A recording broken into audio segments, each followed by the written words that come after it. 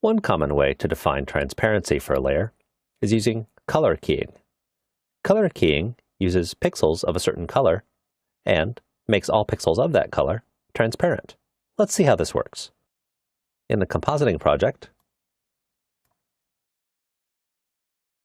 choose manongreen.mov in the project panel and drag it to the new composition icon. Do a quick RAM preview. We can see that this is a short movie of a man spinning in front of a green screen. If you have the foresight to shoot your movie in front of a green screen, then you can tell After Effects to take all of these green pixels and make them transparent so that you can composite your actor in front of another background. Let's try first to simply apply the keylight effect to this layer. Enter keylight in the search field in the Effects and Presets panel, and then drag the keylight effect onto the layer. Use the screen color eyedropper and pick a shade of green very near the actor. Notice, looking in the info panel, that the green value here is 0.9255, but if we move out here, it's 0.6314. In other words, this is not an evenly colored screen. You always want to choose a color very near your subject. And there, we've keyed out the green. So, we're done, right? Unfortunately, not quite. Let's zoom in and take a better look. I'll turn on the transparency grid for the moment. If we zoom in and look at this logo, we can see when we position the mouse pointer over the logo that the alpha channel values are not 1.0. They're 0.9, even down to 0.88. In some areas, even down to 0.85. So, in this area right here, we have a little bit more work to do. If I zoom back out and look up here, we'll notice that the alpha channel values are not 0.000 as they should be, but instead 0.1490, almost up to 0.2 in some areas. We're going to take care of both of these problems using some best practices for keying. We don't need to worry about these areas out here far away from our subject if we draw a garbage mat. And we don't need to worry about these areas within the core of our subject if we use a holdout mat. Let's begin with a garbage mat. I'll delete the keylight effect and we'll start over. So I'll begin by duplicating this layer, and on the bottom layer, I'm going to draw a very simple garbage mat. I'm going to press page down a couple of times until I get the man facing straight on, because that's where he has the greatest horizontal extent here in the image. So here, I'm just going to draw near him. I don't have to be precise. The point here is to just define an area that the keylight effect is going to have to focus on. I don't want the keylight effect to have to worry about all of the green that is far away from the subject. I want it to be able to concentrate on just the green that is very near him. I'll turn off the top layer here. And there. Now we can see just inside of our garbage mat. I'll do a quick preview by dragging back and forth to make sure that no part of the man sticks out during any part of this rotation.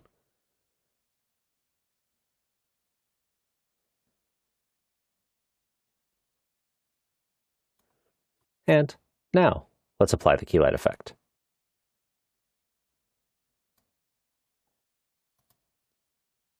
And choosing green very near him. So this has taken care of one problem. It means that this area out here all has perfect 0 alpha.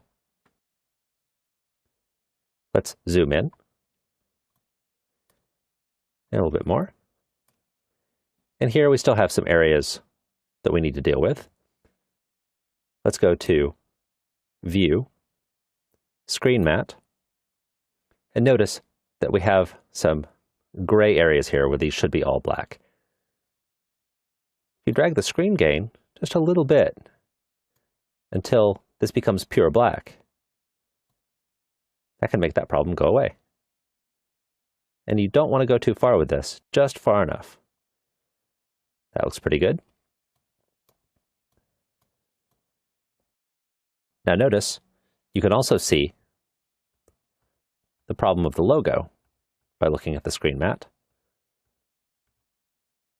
You can even read the logo there. So we'll use a holdout mat for this part. A holdout mat is an image that you overlay on top of a keyed result to preserve a certain part of the image. Let's see how this works. I'll double-click on the top layer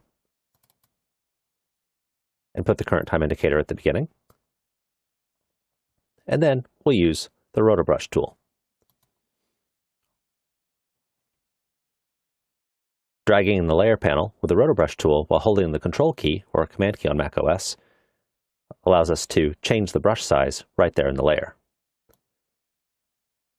Drag down here and make my brush size a little bit smaller. Zoom in a little bit.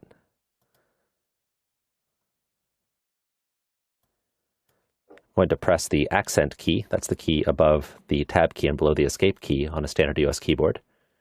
That maximizes the layer so I have more room to work. And I'll press page down just to go through one frame at a time and check the results. Doesn't look very good down here, so we'll zoom in.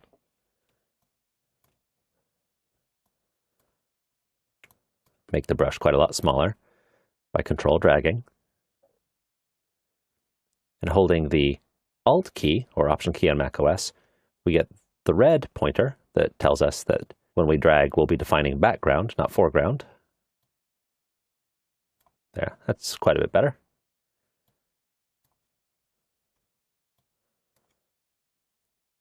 That's about as good as we're going to get there.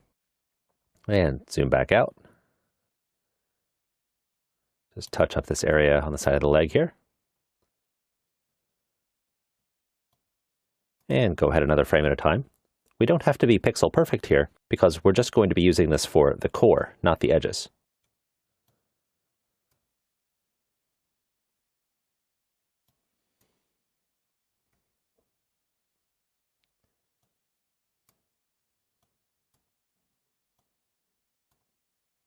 Make the brush a little bit bigger.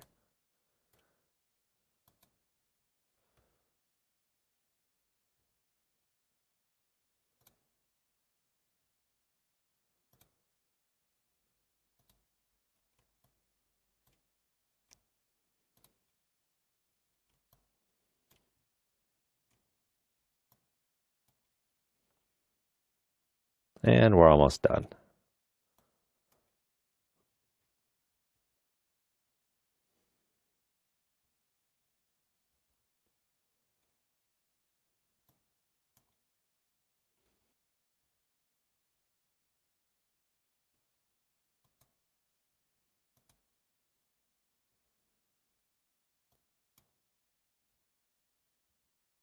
All right.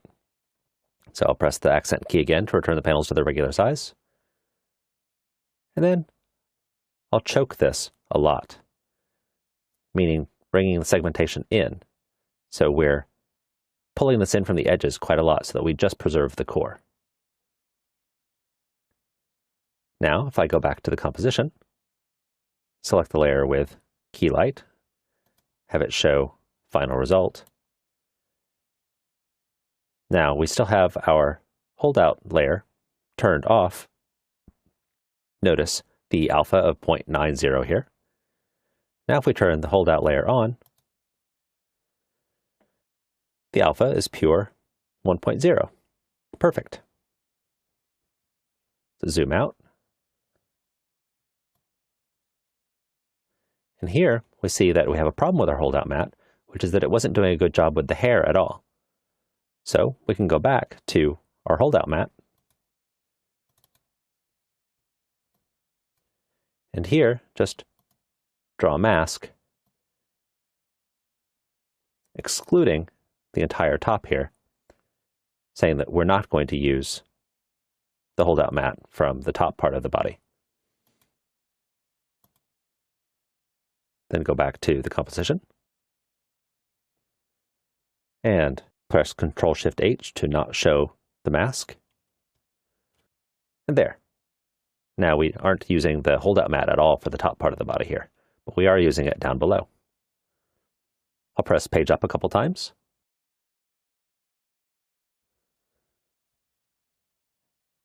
And this looks pretty good. Oh, we have a bit of an issue here as well, where because we didn't spend a lot of time on the holdout mat on the hand, it's also causing some problems here. So we can go back to the holdout mat and do the same thing here that we did for the face. Just say, not use that part. And we might as well do it for the other hand too.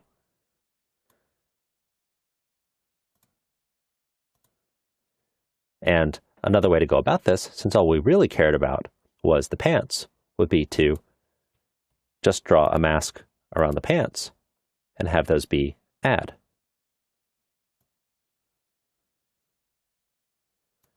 Like so. So now if we go back,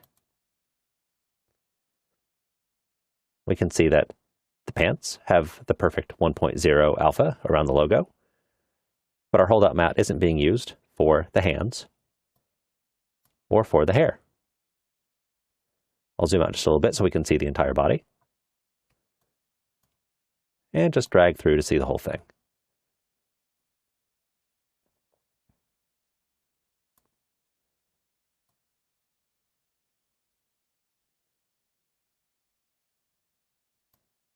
Looks pretty good. You should check out more advanced videos on using Keylight to work on such things as de-spill, to remove the green spill coming from the screen and reflecting off of the body. But we won't cover that for now. The important thing to note was that in order to use Keylight properly, we didn't just apply the effect and use the eyedropper. We needed to use a garbage mat, and we needed to use a holdout mat. You don't always need to use either a garbage mat or a holdout mat. The point is that sometimes you need to build your mat up piece by piece, using different methods for different parts of the image, depending on what's called for given the imagery.